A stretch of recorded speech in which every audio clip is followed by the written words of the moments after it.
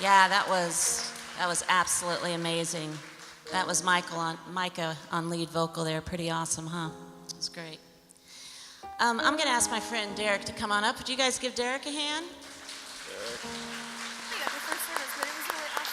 You know, Derek has written the Freedom Book that we have out there at the resource table, and he also designed the curriculum for a class that I teach at AU, but maybe most importantly to me is for several years ago, he and his family walked my family, myself and my girls, through a really difficult time through coaching and being a good friend, and that's why I really appreciate him. So I'm glad he was willing to to talk through some of this with us today. And as you were listening to that song, you know, there's so much that any of us can take from it. And the lyrics are kind of confusing. There's a lot that can be done.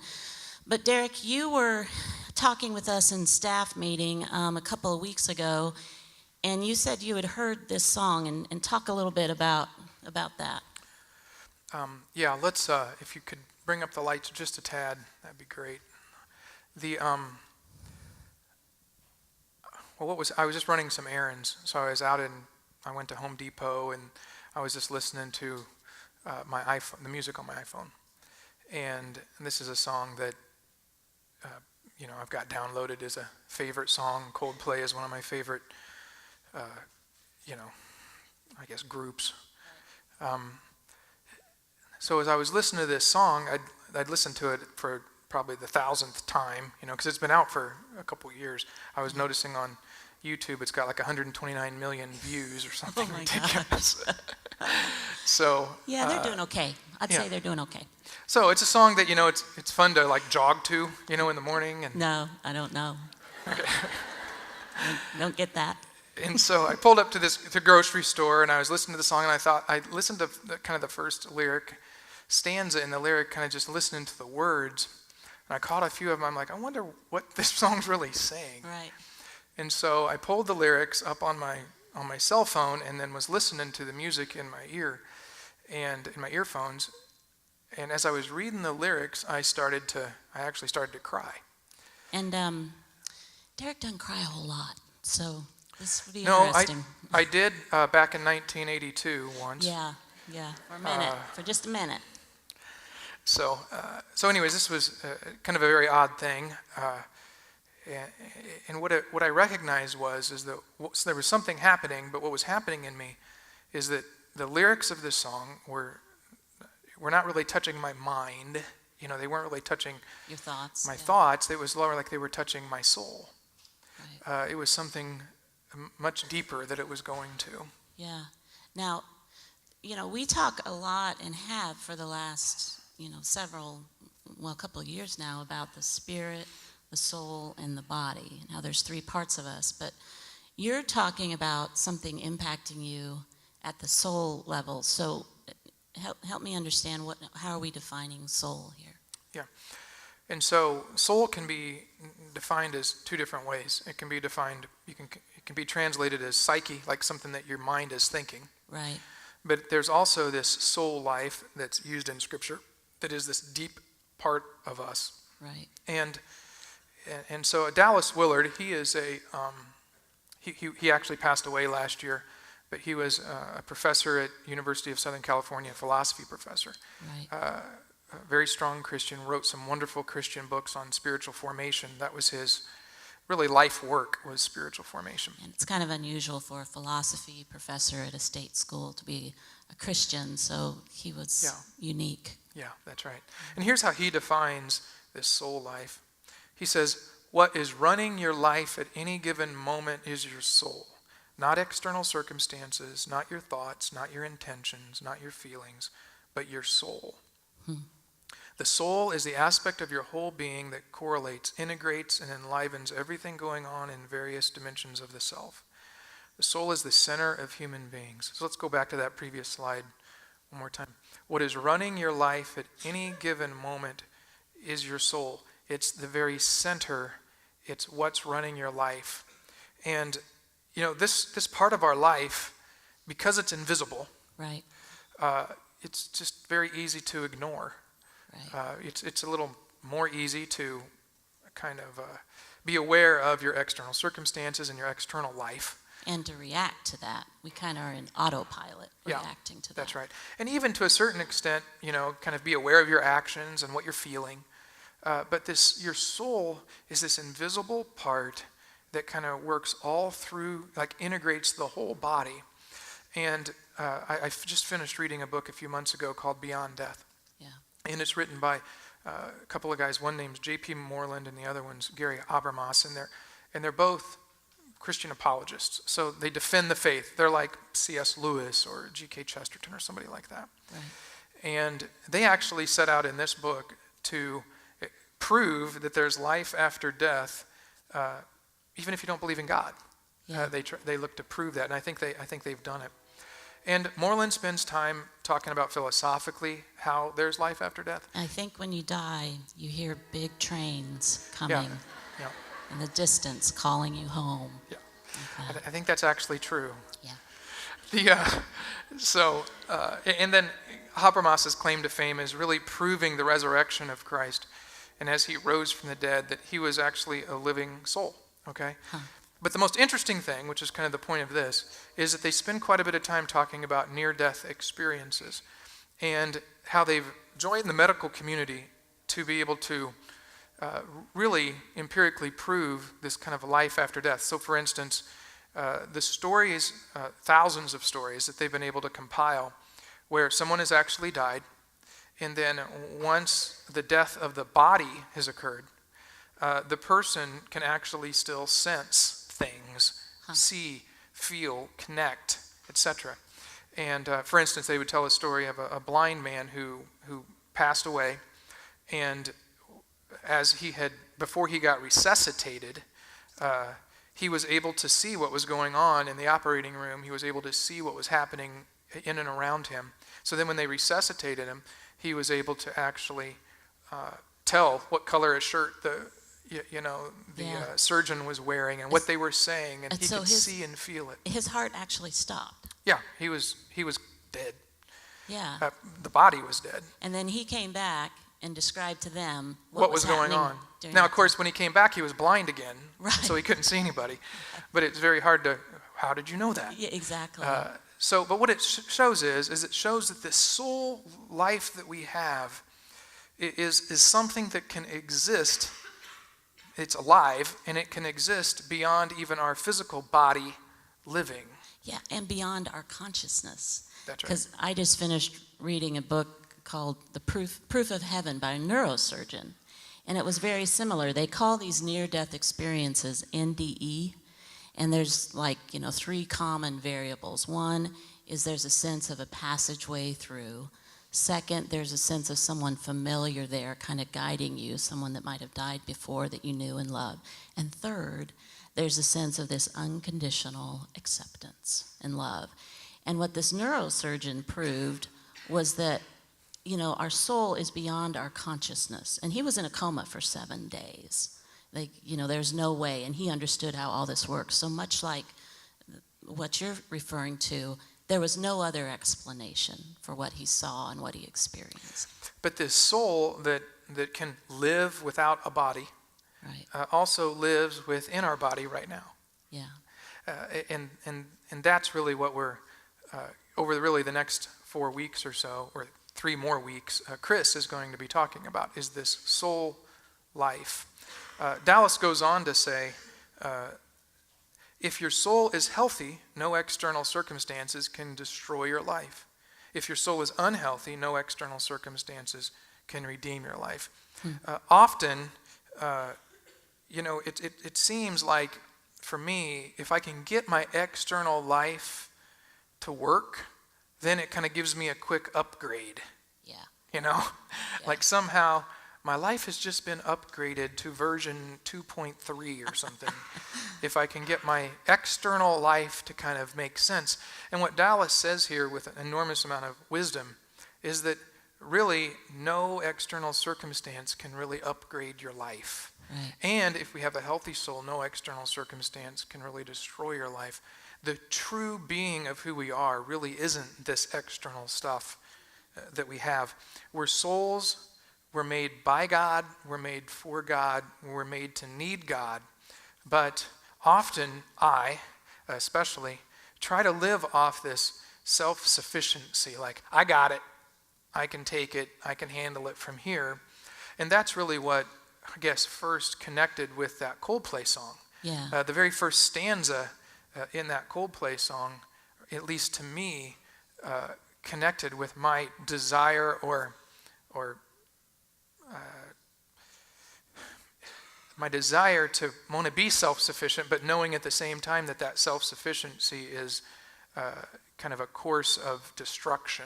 Yeah, well, let's kind of look for a minute at what then this would say. It says, I used to rule the world. Seas would rise when I gave the word. Now in the morning I sleep alone. Sweep the streets I used to own. He's so poetic, the way he says that.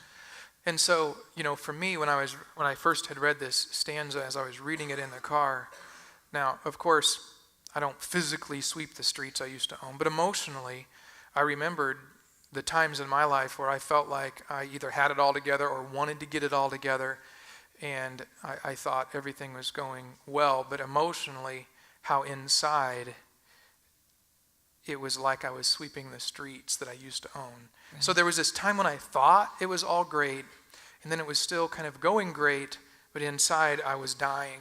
Right. And it felt like this. Right. I think it's why we a lot of times see celebrities and people who seem to have it all. They have money, they have connections, and yet you hear them talking about how depressed they are, and you're like, really? I mean, you just kind of want to slap them. But when you understand this, that whenever we're wired for external things to make us okay, then it's going to end up not working. Now, I want you to think for just a second. Think about when you woke up this morning, all right? What kinds of things were going through your head? Were you thinking about what happened last night? A conversation you had, or what went down? Or when you woke up this morning, were you thinking about, this is everything I have to do today? Or were you thinking about, man, if I can just get this and this done, or if this would better? That's being controlled by kind of these outer, external circumstances. And we all, I think, are driven like that and operate like that. Yeah, no, I totally agree. That's the challenge, it seems like, is always in front of us, is the world is trying to pull us into that. Right. And then we just react to it. Yeah, right. Let's look at this second stanza. It says, I used to roll the dice, feel the fear in my enemy's eyes, listen as the crowd would sing, now the old king is dead, long live the king. Yeah. And so, we've probably all felt like at one time or another in our life that we had something all together. Right. Whether it be with a job or with a family or, that kind of thing. And we had this kind of uneasy feeling of it's all there, and unfortunately what this, and it could be different for everybody, but what this particular stanza, how it really spoke to me, was that even when you've got it, you think you have it all together, the world actually piles on to it. Yeah. So for me, for instance, in my younger years, 10, 15 years ago, my career was my soul. Right. I mean, it was the thing kind of running my life. Right. And so in light of that, even people around you can actually start patting you on the back. Yeah. Even if you're disintegrating inside, they can pat you on the, long live the king, Right. And even the church inadvertently can do the same thing. Yeah, if we're keeping all the rules and looking right and acting right. That's right. Yeah. Or if you're, quote, being successful in the world, there's a challenge even within the church. Hey, that's great. Right. You're doing great. But what really connected with me, now the old king is dead, long live the king. And yet we know from the rest of these lines in this song that this language of long live the king is satire. Yeah. It's like, because later on he says, who would ever want to be king? Right. It's not And yet it feels like everything, you got it all together.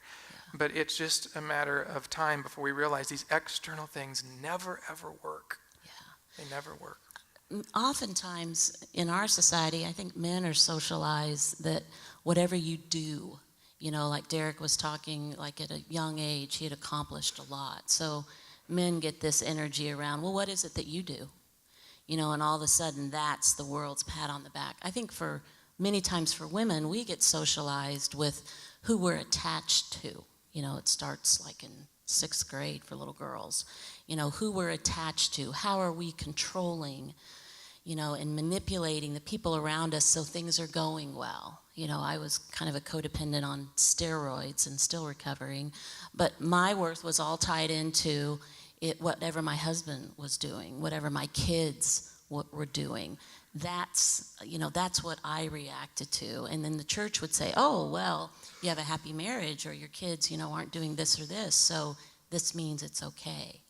And again, that's operating in a reactive mode versus from a centered place. Yeah, because your soul was actually being controlled by all those other things. Exactly. Let's look at this next stanza. 1 minute I held the key, next the walls were closed on me, and I discovered that my castles stand upon pillars of salt and pillars of sand. Think about the reference with Lot's wife, which turned into salt. Or even the reference in Luke, of the house being built on sand. Yeah. And so for me, I was building, my life on my performance. I was building my life on my career. But it was a pillar of salt and a pillar of sand. Yep. And the references in this particular song to a number of scriptures are really amazing, although I'd listened to it for like 100 times and never knew that. All throughout. Because I never really listened to the words. Right. So, and my, mine was about how I was controlling others. That's what my worth was based on, how people around me were looking. So we've kind of talked about what the soul is here. I want to get a sense then of what an unhealthy soul looks like. In other words, I kind of need the practical, what does this look like for us, on us? Yeah, John Ortberg makes an interesting statement here to set this up. He says, the salvation of your soul is not just about where you go when you die. The word salvation means healing or deliverance at the deepest level of who we are in the care of God through the presence of Jesus. So here's the key. The salvation of your soul is not just about where you go when you die. Fire insurance. Yeah, this is absolutely critical. In fact, Jesus says, the kingdom of heaven is here right now. Yeah. And so we have this invisible soul life that does live on after our body dies, but we have this same soul life that actually lives right now in us that's invisible. And so, for instance, I've got a friend, a few months ago, actually, I was talking with he and his wife, and this friend of mine's a business guy, and he was just completely wrapped up in making sure he had enough money in retirement, in his retirement account to be able to retire. Now, he's not of retirement age yet, but he's middle-aged, about my age, and he was just very concerned about this, and it was just wreaking havoc within his relationships. Yeah, because that was his focus. Yeah, that's right. And so, Obsessive. We have an example of just kind of a troubled soul and how it kind of manifests itself around. Or a few weeks ago, another couple that I was talking with, this mom, wife, just decided that she didn't like the way her husband and her children were making her feel, and she just said, I'm done. And she just moved out, went into an apartment, and she just decided that her family, her husband, her kids, they were what made her soul what it was.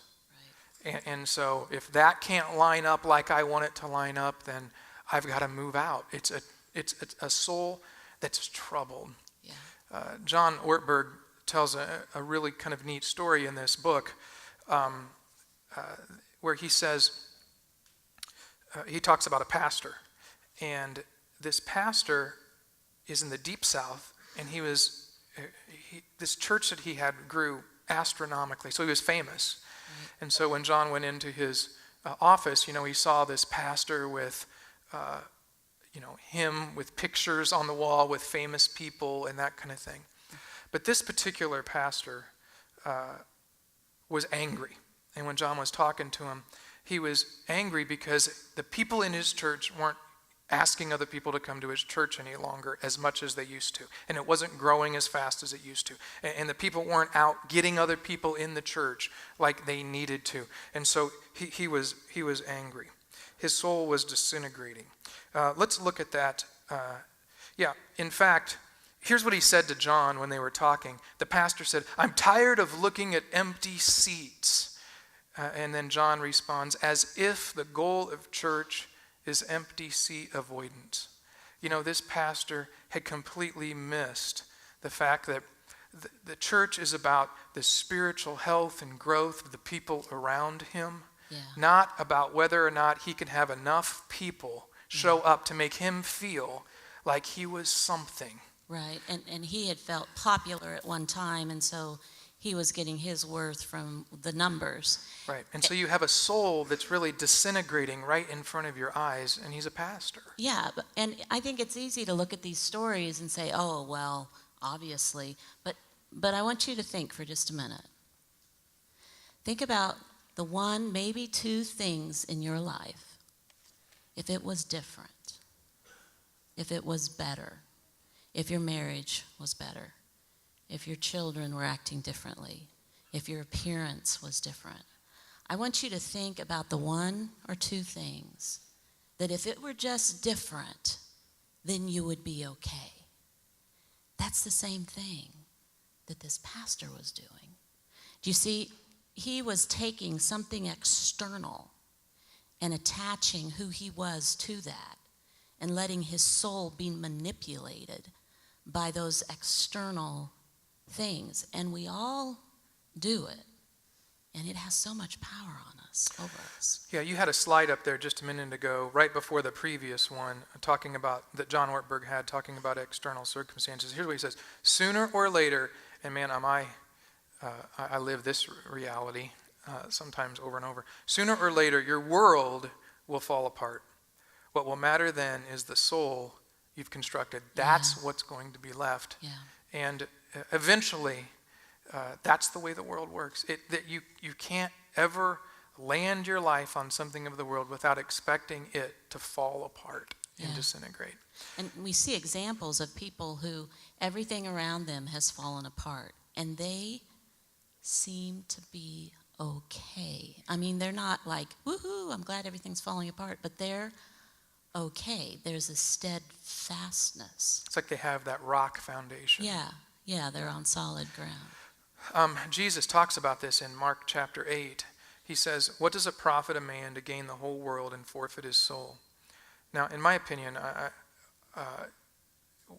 often this verse has been a little abused. Right. It has been a verse preached on to say, what does it profit a man to gain the whole world and forfeit his soul, so you're going to go to hell if you do something wrong. Yeah. And really, the context of this verse isn't really like that. Yeah. In fact, this soul life, the way Dallas Willard explains this is that this soul life that he's talking about in this verse is more of a diagnosis than a destination. It's a diagnosis of losing your soul, the soul that's already, in other words, your soul that you have that's alive right now while you're living can disintegrate. Yeah, it's constant, it's present. Exactly. Right. And so often we disconnect this verse because we don't realize that, no, we can lose my soul right here, right now, while I'm living, because our center moves away from being center. Yeah, I lose my bearings. Yeah, that's right. I get at my wit's end and I don't feel like I have anything to hang on to. Yeah. Let's look at this next stanza from the Coldplay song. It was the wicked and wild wind blew down the doors to let me in. Shattered windows and the sound of drums. People couldn't believe what I'd become. So here, this author actually references this idea that the world is not going to work. Yeah. And it's going to shatter all around you. Yeah. It's going to blow down the doors. Yep. It ultimately doesn't satisfy. Now, what is very interesting about this particular song is that when you play it, the music, it feels like an upbeat, cool song. Yeah. And then you read the words and you're like, man, this is downer. This isn't really exactly the most upbeat thing, but the message at the end of the day is of hope. Yeah. It's a hopeful song. Yeah, he gets there.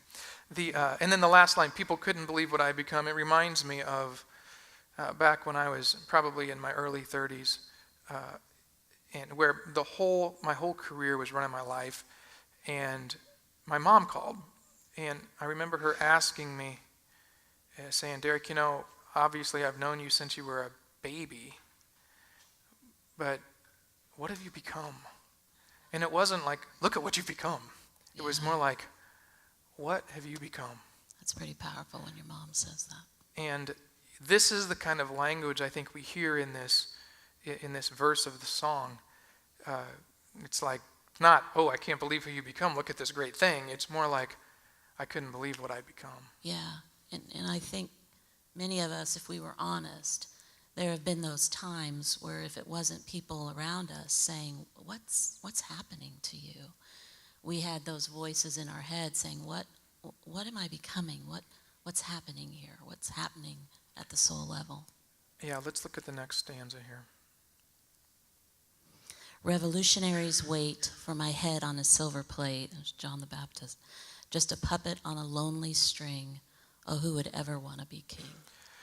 When you try to make the world fit into something to please you, when you try to get people around you to control and manipulate them for your career to go well, or your parenting to go well, or your life to go well, and if you can just get them to do what you want them to do, I can promise you're going to find yourself in a lonely place. Yeah, absolutely. Speaking from experience. And at the end of the day, this poetry is so cool because he's like, really, who would ever want to have that? Yeah. Who would ever really want to be king? And when we give up our need for self-sufficiency, we get to move away from the bondage of this world. Yeah, Scripture calls it the tyranny of the self-life. Yeah. And I think for me, it starts when I'm feeling resentful, when I'm feeling like, oh, I got to do this, I got to do that, and you feel like a puppet. You're just getting pulled by all these external things. And what I would like to do, and to sit through and think and maybe move forward, it's like I don't have control over that anymore. Right. It is like a puppet, exactly. Is that the last stanza we wanted to get to? Yeah. That? Yeah, okay. So if we're kind of looking at this being the unhealthy, the being pulled externally, and not having our centers. So the question then begs, what does healthy look like? I mean, this is, I think, where we turn towards the hopeful. Yeah, and in this book, one of the neat things about this book is that John spends a lot of time referencing Dallas. Well, John was the pastor at Willow Creek Community Church for a while and then moved back to his hometown or around his hometown area in California. Dallas is a professor at USC. And so John actually wrote Dallas like an email or something like that. And Dallas said, hey, why don't you come over to my house? And so they got to know each other over a period of a few years. And so through this book, one of the things that John does is he talks about what, it's kind of a memoir in many ways since Dallas just passed away. And he references Dallas as a person who, as a mature person, who exemplifies some of this healthiness of the soul. And so one time John was going through a very busy season of life, and he knew it was going to be a difficult season of ministry. And so he went over to Dallas's house and he asked him, he says, what can I do to make sure that I stay spiritually centered? And Dallas's comment was, you need to ruthlessly eliminate hurry from your life. Now John said, okay, I got that. What's next? Case in point. Right? and something is true when you read it or you hear it, and you're like, oh, that's really annoying because it lands hard. And in the conversations John was having with Dallas, a lot of times he'd be going, huh? What? I mean, it takes a while.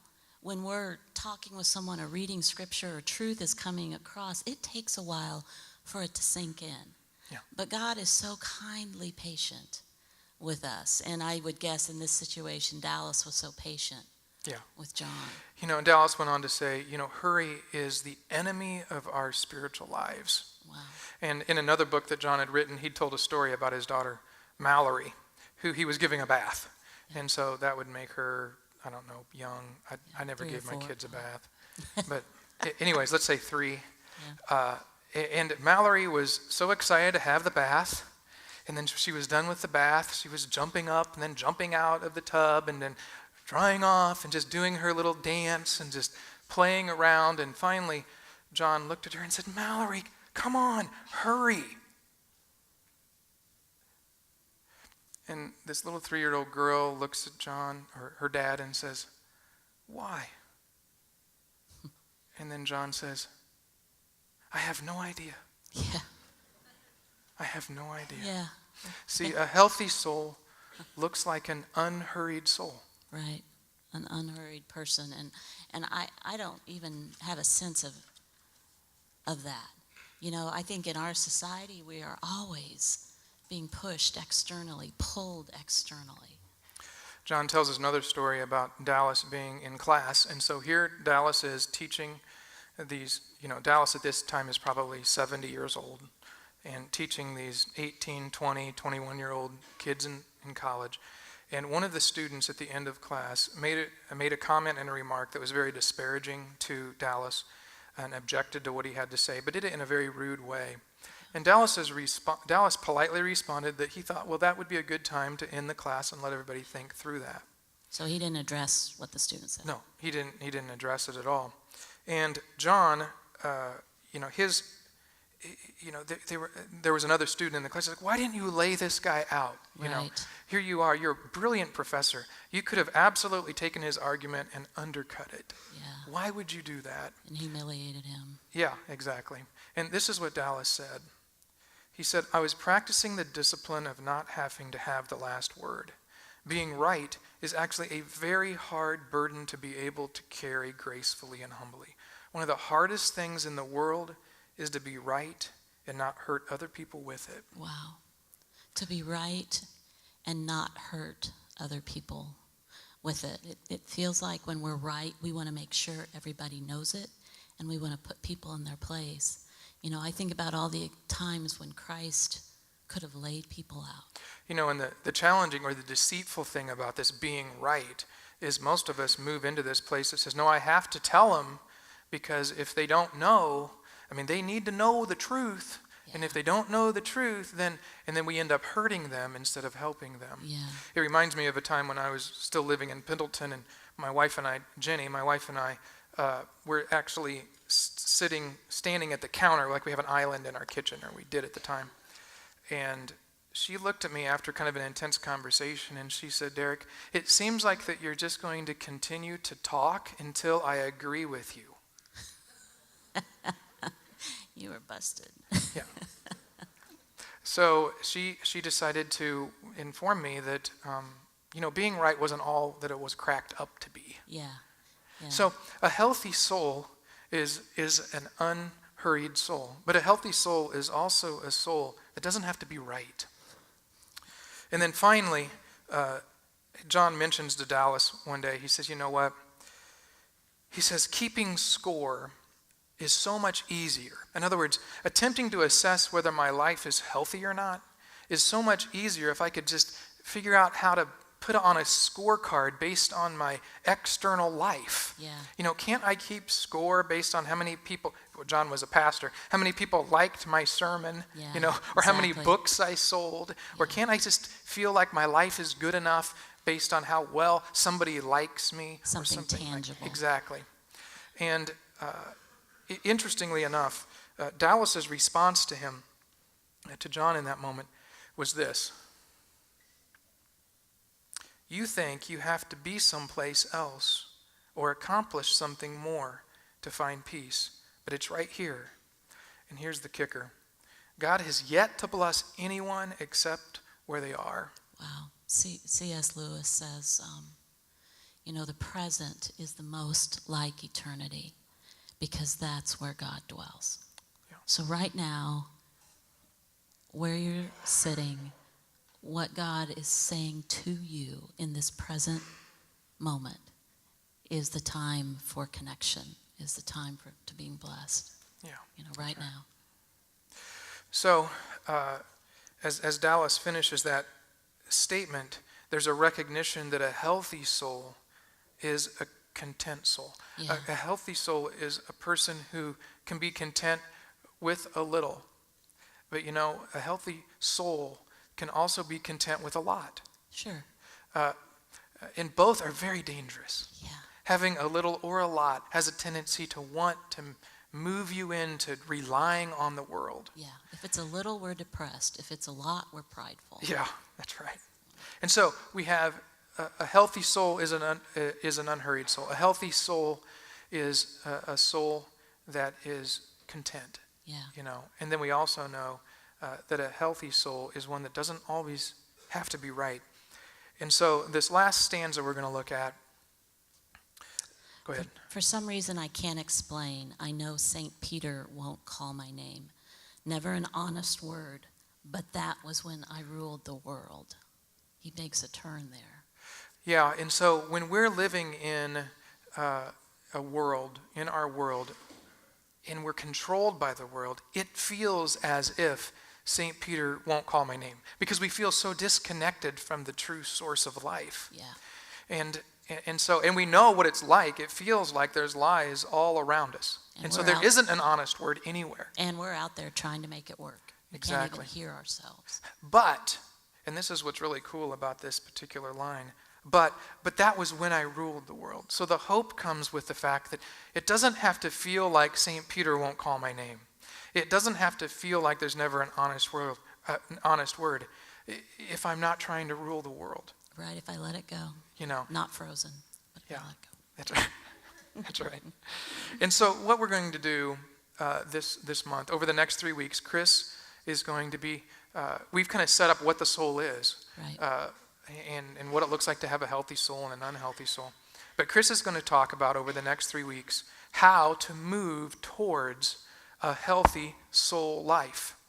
And that's what we'll be doing kind of in the month of May. That's great. Will you guys help me thank Derek for sharing with us a little bit this morning?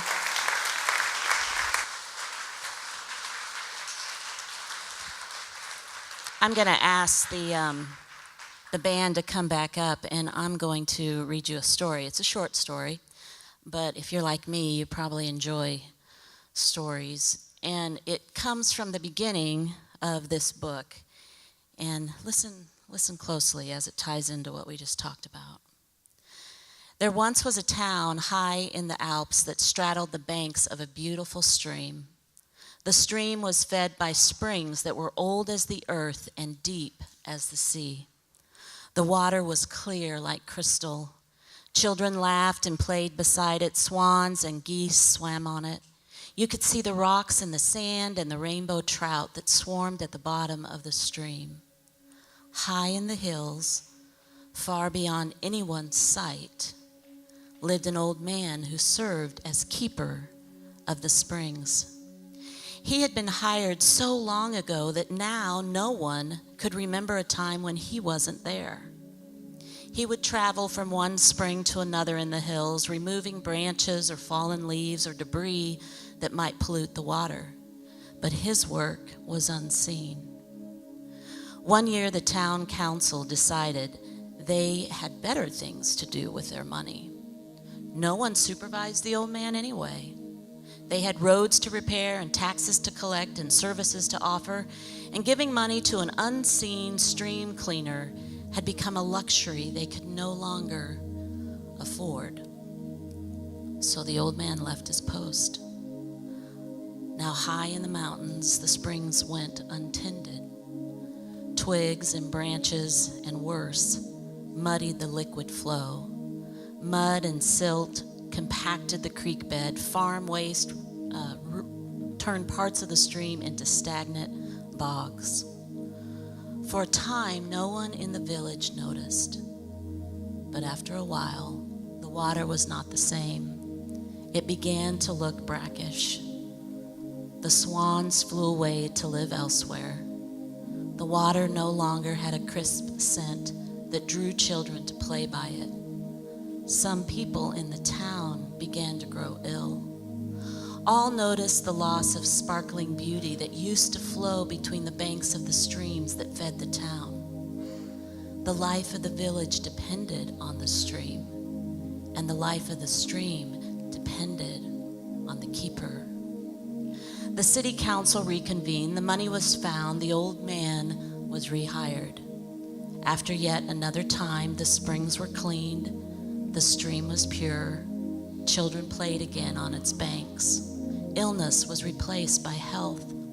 The swans came home, and the village came back to life. The life of a village depended on the health of the stream. The stream is your soul, and you are the keeper.